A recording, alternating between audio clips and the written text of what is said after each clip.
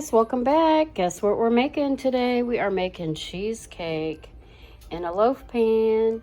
And this cheesecake is so simple. It's so delicious. You will make it again and again, I promise.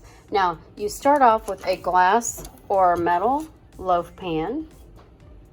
And I particularly like parchment paper, but I ran out of parchment paper, so I'm using wax paper.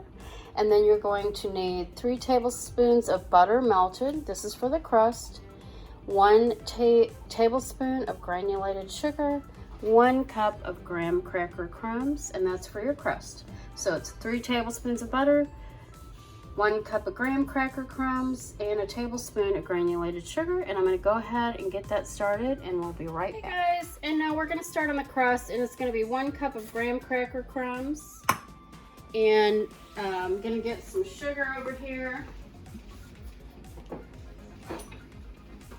And it calls for 1 tablespoon of sugar, this recipe. We're gonna just go ahead and get nice heaping because this cheesecake's not very sweet. So then we're gonna use 3 tablespoons of margarine. So we're gonna go ahead and put that in. And mine's pretty soft, but I'm going to go ahead and put it in the microwave. Also the butter, we're going to go ahead and pour that in. We're going to mix that all up. And then I'm just going to transfer it to the loaf pan.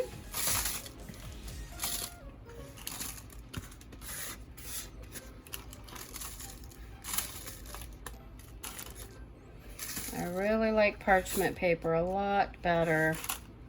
Works so much better.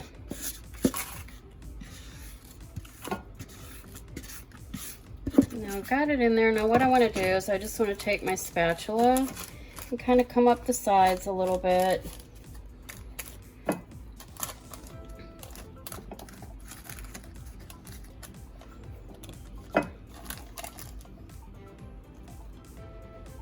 And then you're going to want to press this down. Now my hands are clean, so press this down. This is such a great cheesecake, y'all. First time I made it, I was like, whoa. And it's so simple. Wait till you see how simple it is. You'll be amazed. All right, and we'll be back in a minute. I'll show you how to make the filling. It is like a New York style, but it's super, super easy. Way easier than a New York style cheesecake, but it tastes like a New York style. Okay, we'll be back. To use softened cream cheese, you want 2 8-ounce blocks.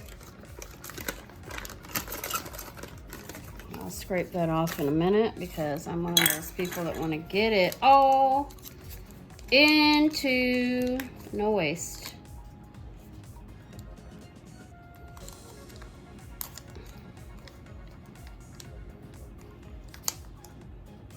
Okay, let's see, this is how weak I am. I can't even open cream cheese, y'all. It's...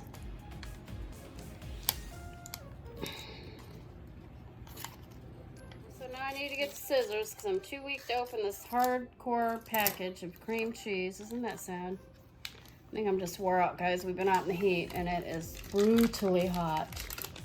All right, so you're gonna get that cream cheese. And then I'm gonna... My goodness, what in the world? This is why all those celebrity chefs have people in the back doing all their dirty work, because this is what happens when you have snafus. You have to like wing it and just make it happen. And that's what we're gonna do right now. We're gonna get all this cream cheese off of here.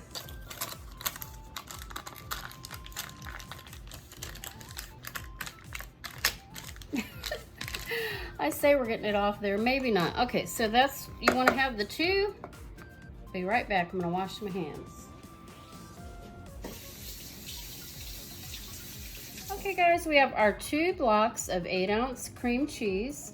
We are going to add 2/3 cup of sugar. This is 1/3 cup, so I'm going to add 2. And remember, this is science, so you have to have everything correct. Which makes me kind of laugh that, you know, people don't realize how cool it is. But it's pretty cool. Then we want 1 teaspoon of vanilla extract.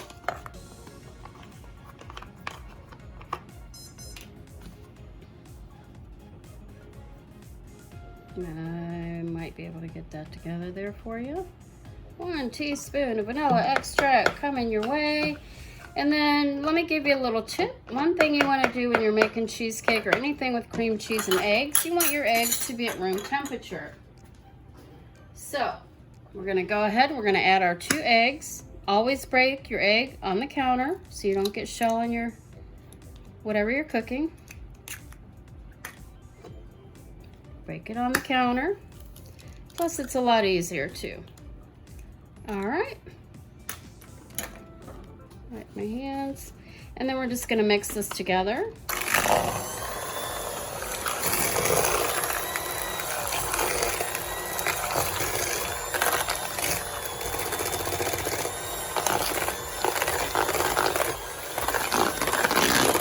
You really don't want too many, you really don't want lumps in this at all, so it takes a few minutes to beat this. You want this to be nice and smooth. Smells good already, y'all. Smells good. I'm gonna leave that going for just a second. All right.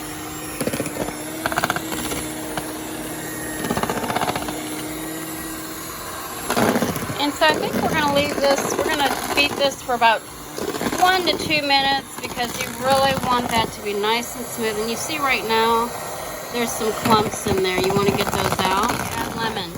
You could add lemon, I suppose, but I found this recipe on Pinterest, and I'm not adding lemon. I'm just going by the same recipe because the last time we made it, it was so delicious. And I do make a fruit topping to go on there. And the last time we made just strictly raspberries, but this time I've got a little bit of raspberry and blueberry. I might just mix those all together for the topping. And you just put that on the stove, mash it up a little bit with your mashed potato masher. Add just a tiny bit of sugar. You do not need a lot of sugar and fruit because it's already really sweet. So now you see how that's coming together because a lot of the lumps are coming out. You really want to make sure your cream cheese is at room temperature, and same thing with your eggs. And we'll be right back. Notice after a couple minutes of mixing, a lot of the lumps are out, and it is ready to go in the pan. All right, guys, since it's all nice and smooth, we're going to go ahead and put that in our pan.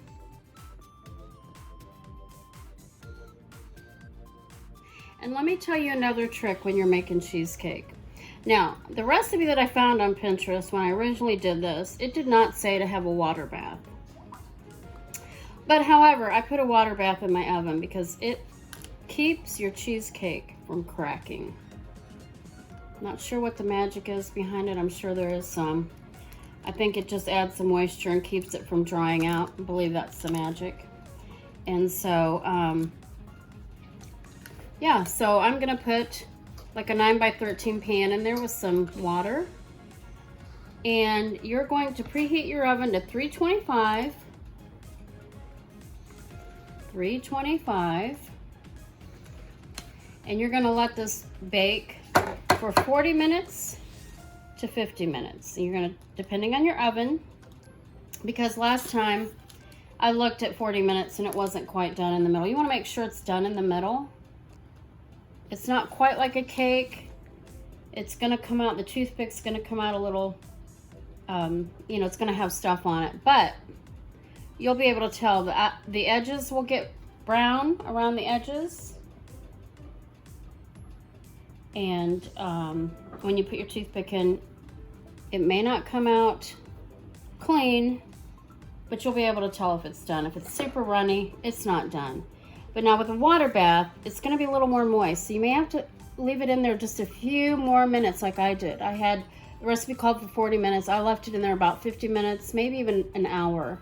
So just according to your oven, you just play it by ear, but you don't wanna leave it in there any more than an hour, okay? So we've got it all ready, prepped and ready to go in the oven, and we're gonna put it in the oven and we'll come back with the finished product later. Hey guys, now I just took this cheesecake out of the oven. Look how beautiful it is. There is one tiny crack at the end, but that water bath really helps it from cracking, and it is ready to cut. And I'm going to let it sit for about 20 minutes, and then we're going to make a fruit topping, which I mentioned earlier. You're going to take a cup or 2 cups of fruit, whatever fruit you have on hand, and something that you like to put on cheesecake, like raspberries, blackberries, strawberries, blueberries. Any of those things would work really well. And you put a little bit of sugar, just a smidge. You can also put a little lemon rind, just a teeny bit, and then warm it up until it gets thick, and then that's your beautiful sauce for your cheesecake. Or if you're like some of us, we'll just eat it plain. But I do love the fruit. My favorite is raspberries, so I'll probably make a raspberry fruit compote or whatever to put on top of the cake. So, but we have several berries, so maybe mix them, because that would be good too. But anyway, I just wanted to show you the finished product, and I'm so glad that you tuned in today to watch us make this beautiful cheesecake. I'm telling you, it's so easy to make, and it just takes a few ingredients, and it just takes a little time. You bake it in a loaf pan, so it's perfect for a family of 2 to 4. You probably could make smaller slices on this too if you have a larger family, but it is perfect. And I promise once you taste this, you are gonna be wowed, because it is that good, y'all. So thanks so much for watching. If you love this video, please give us a thumbs up. We do appreciate you, and we thank you so much for watching. Bye for now.